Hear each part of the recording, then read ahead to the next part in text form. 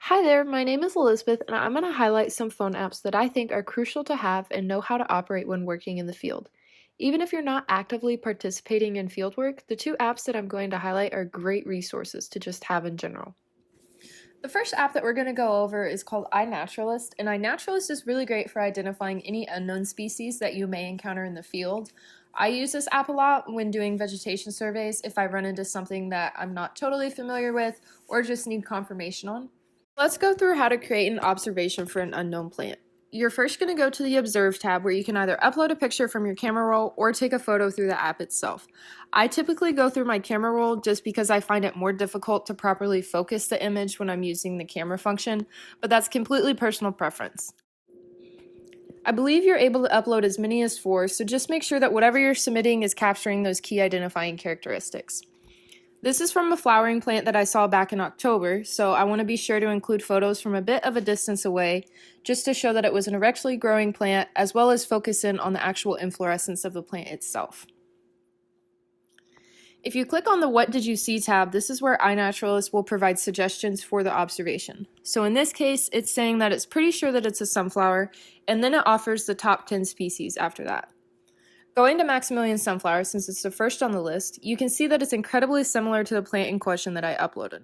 It's the same color, has the same inflorescence structure and placement, and so on and so forth. It looks pretty much the same. So with that, I'll select Maximilian Sunflower since I feel pretty confident that that's what it is.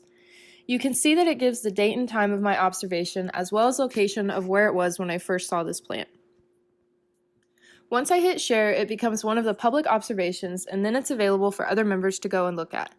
I submitted this observation a while back, so it's already been published and confirmed for a while, but I'll show you what it looks like once people start confirming your post. If you go to your observation and click on the Center tab, then you'll see my initial species suggestion followed by these other 3 individuals who just further confirmed that observation. And that's the really cool thing about iNaturalist, is that you're able to get that confirmation from other people who may be more experienced than you when it comes to plants or birds or even insects, whatever it is that your observation pertains to. You're able to go back and look at all of the observations that you've ever made, which I really like. It's a great way to review plants and look back at some of the neat things that you've seen in the field. So the next app we're going to go over is called Merlin Bird ID. You'll find that there are tons of different bird apps out there, so whichever app you choose really just depends on what you feel most comfortable using. Merlin Bird is my favorite. I find it super easy to use and maneuver. Carrying around a bird book all the time isn't always feasible, so having a good bird app that you know how to use is incredibly important. I can't remember exactly how it's broken up, but I believe I downloaded the North America package. Once you have everything set up, your screen will look like this every time you open up the app. The Explore Birds tab just takes you to a complete list of birds that are included in whatever download you chose. Let's say you want to learn more about northern bobwhite. You simply type in the species name and it then provides you with a bunch of different photos, differentiating between male and female, and depending on the species, the app will also differentiate between juvenile and adult for you as well.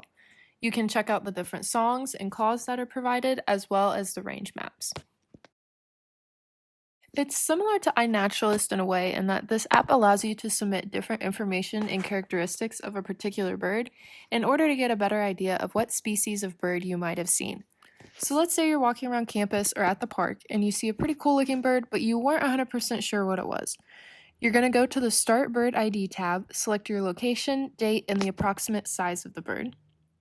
Then you're going to choose a few colors. In our case, he was black, white, and maybe even had some red on him. And then you're going to choose where he was at.